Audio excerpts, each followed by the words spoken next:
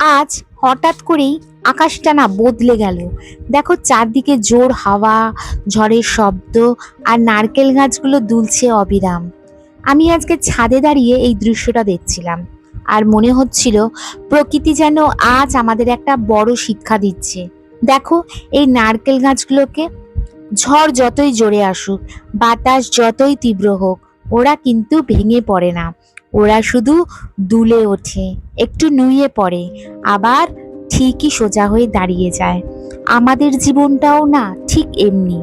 আমাদের জীবনেও অনেক সময় ঝড় আসে, সমস্যা আসে, কষ্ট আসে। কখনো মনে হয় সবকিছু যেন হঠাৎ করেই এলোমেলো হয়ে গেল। কিন্তু প্রকৃতি বারবার আমাদের শেখায়, ঝড় মানেই কিন্তু শেষ নয়। ঝড় মানেই নতুন করে শক্ত হওয়ার একটা সময়। যে গাছটা শক্ত, যে গাছটা নিজের শিকড় মাটির গভীরে ধরে রাখে, তাকে কোনো ঝড়ই ভেঙে ফেলতে পারে না। আমাদেরও না ঠিক তেমনি হওয়া দরকার।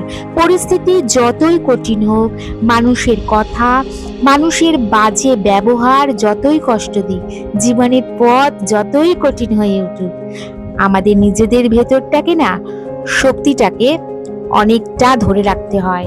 কারণ ঝড় চিরদিন থাকে না। একটা সময় আকাশ আবার পরিষ্কার হয়, বাতাস শান্ত হয়, সূর্যের আলো আবার নতুন করে পৃথিবীকে ছুঁয়ে যায়। তাই জীবনে যদি কখনো ঝড় আসে, ভয় পেও না, একটু শক্ত হও, একটু সময় দাও নিজেকে, কিন্তু কখনো ভেঙে পড়ো না। মনে রেখো, যে মানুষ ঝড়ের মাঝে দাঁড়িয়েও থাকতে শেখে, তার জীবনে একদিন সুন্দর শান্তির সকালটা ঠিক চলে আসে। আর আমার এই ভিডিওটা কেমন লাগলো অবশ্যই জানিও। সবাই ভালো থেকো, টাটা, শুভরাত্রি।